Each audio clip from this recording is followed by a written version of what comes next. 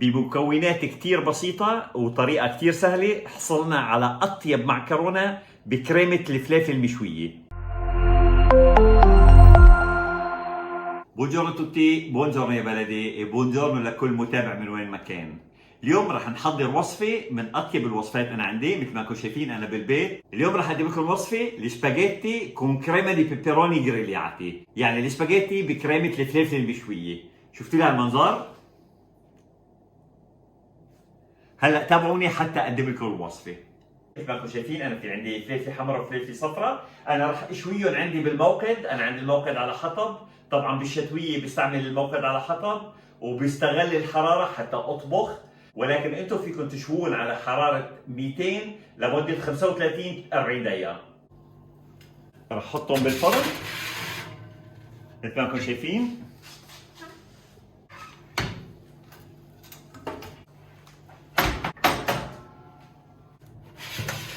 كما شايفين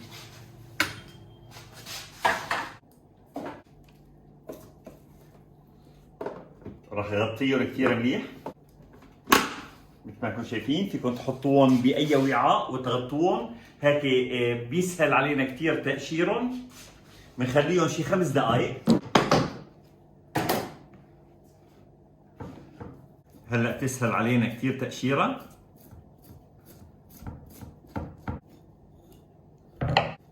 هلا بننظفها وبنشيل منها البذور.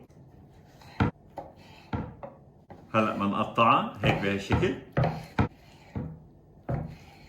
وبنحطها بالصحن.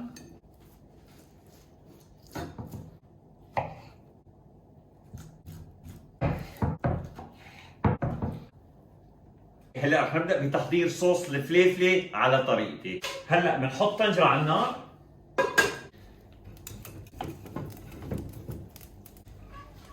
بنحط زيت زيتون، قطعت بصله بحجم وسط،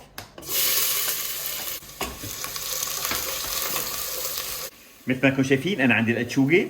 هذه الاتشوجه سمك مجفف كثير مالح، ولكن بيعطي نكهه غير شكل مع هذا الصوص اللي عم نحضره. رح احطه هلا مع البصل. هلا بيدوب الطبخ بعد ما قلينا البصل مع الاتشوجه. هلا بنحط الفلفله المشويه، نطبخهم مع بعضهم شي 4-5 دقائق. هلا بنحط شويه ملح، ما بنكتر لانه الاتشوجه كثير مالحه اذا استعملتوها. فلفل اسود. انا عندي هلا المي عم تغلي، رح احط تقريبا شي كاستين مي. رح ملح المي مشان نسلق فيها السباجيتي. رح احط تقريبا شي معلقه ونص ملح. انا رح احط 300 جرام سباجيتي عم حضر لشخصين. المعكرونه انا رح اسلقها لمده 9 دقائق، رح خليها دينتي يعني مي كثير مطبوخه حتى نطبخها بعدين مع الصوص. مثل ما انكم شايفين وقت اللي بنوصل هلا لهيدي المرحله، هلا بدنا نضربهم بالهاند بلندر نسويهم كريمه.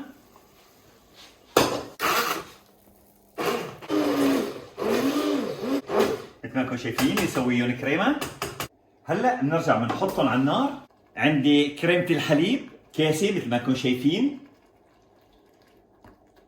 من بدأت تغلي بنشيلها من على النار.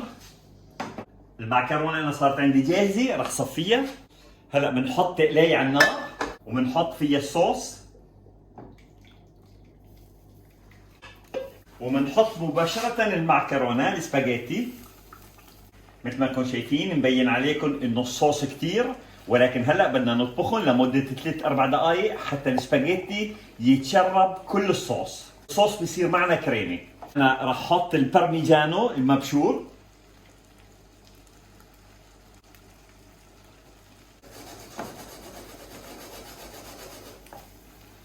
مثل ما انكم شايفين بدا يصير الصوص كريمي معنا.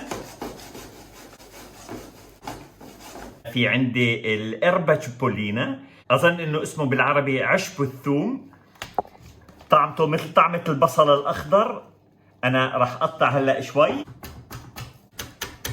وبنحطهم على السباجيتي. مثل ما انكم شايفين صارت معنا كريمه بالفلفله المشويه.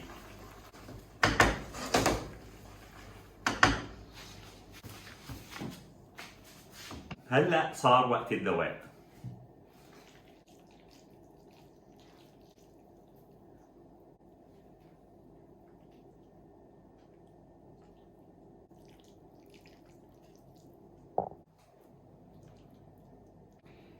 نحط شوية جبن بارميجانو،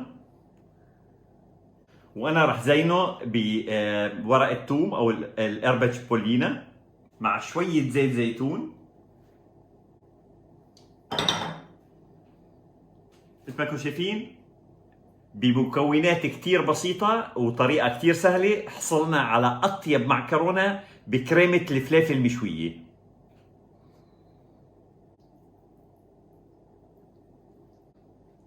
أنا من عشاق سباجيتي.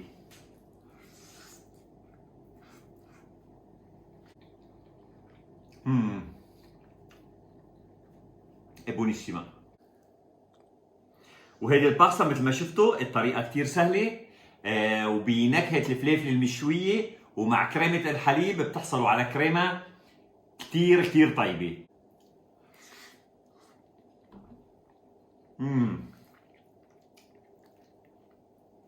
بونيسيما، كتير كتير كتير طيبة. جربوها، هذه لازم تجربوها. طيب راح كفي على شيء وبشوفكم عن قريب بوصفة جديدة وبفيديو جديد. تشاو. إذا عجبتكم الوصفة اشتركوا بقناتي وتابعوني. حظ كبير للكل.